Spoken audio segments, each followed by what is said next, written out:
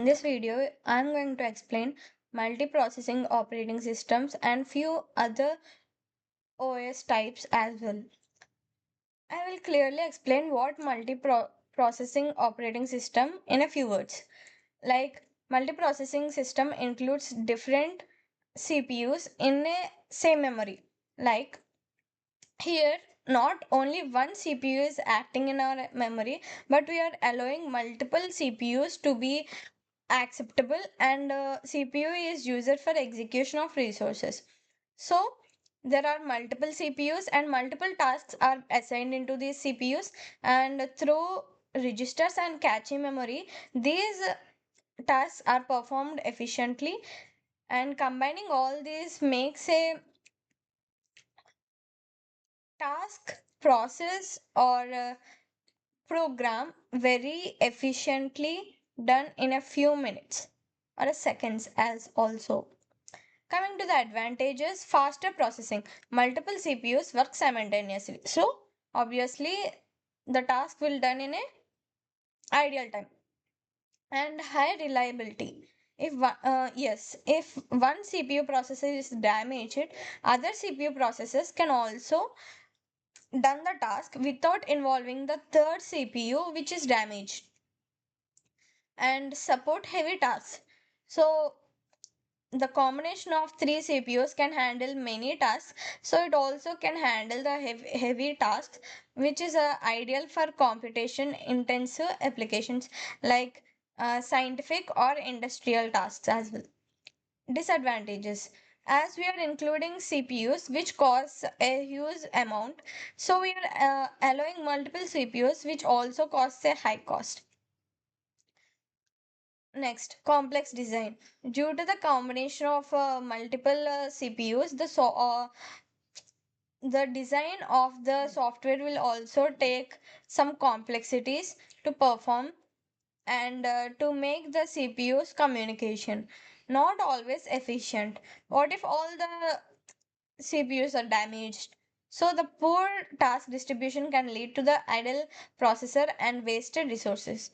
So this multiprocessing is used in Unix, Linux, and Mac OS. Coming to distributed operating system. Let me explain it clearly what distributed operating system is.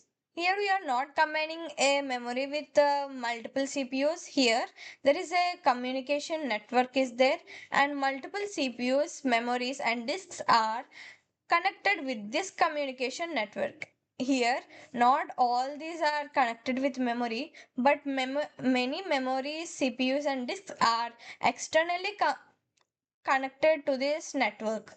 So, distributed operating system connects multiple independent computers through a shared communication network. Each system has its own CPU and memory but works together as a single unit. The benefit is it is remote access, allowing users to use files and software shared on other connected systems.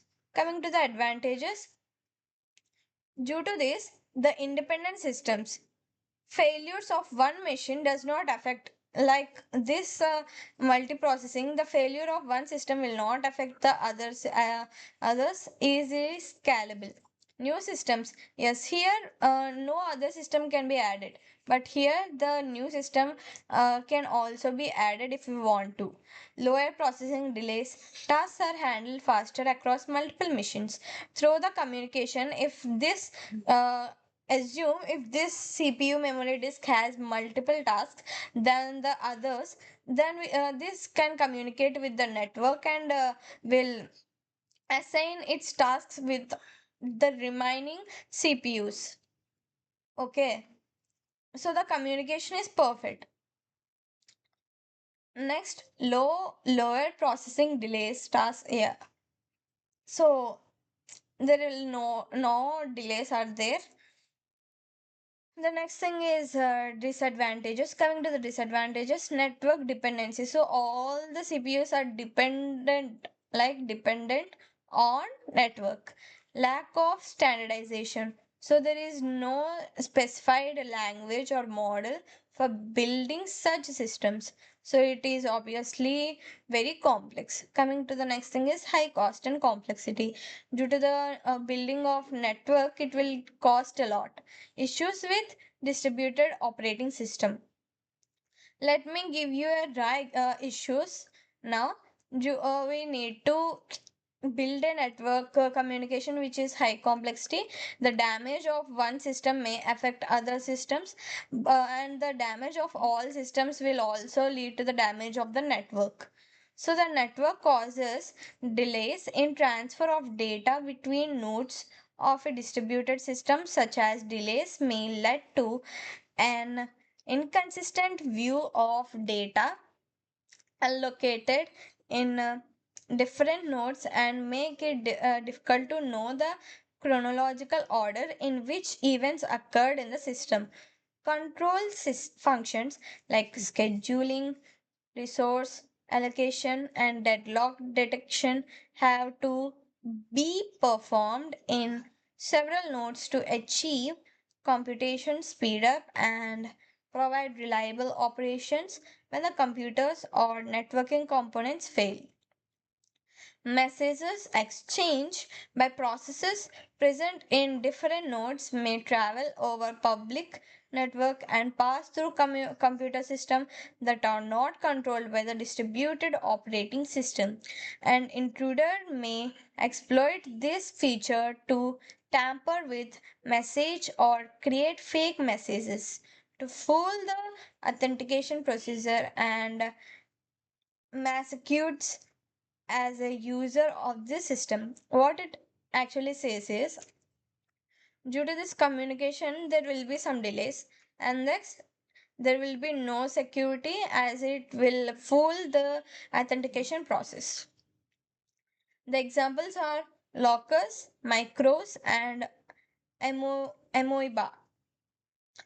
Coming to the next one, the network operating system. The network operating system is simple and runs on a server and manages data, user, security applications, and other network functions. So let me explain. There is a file server. Here, the new concept comes like the server.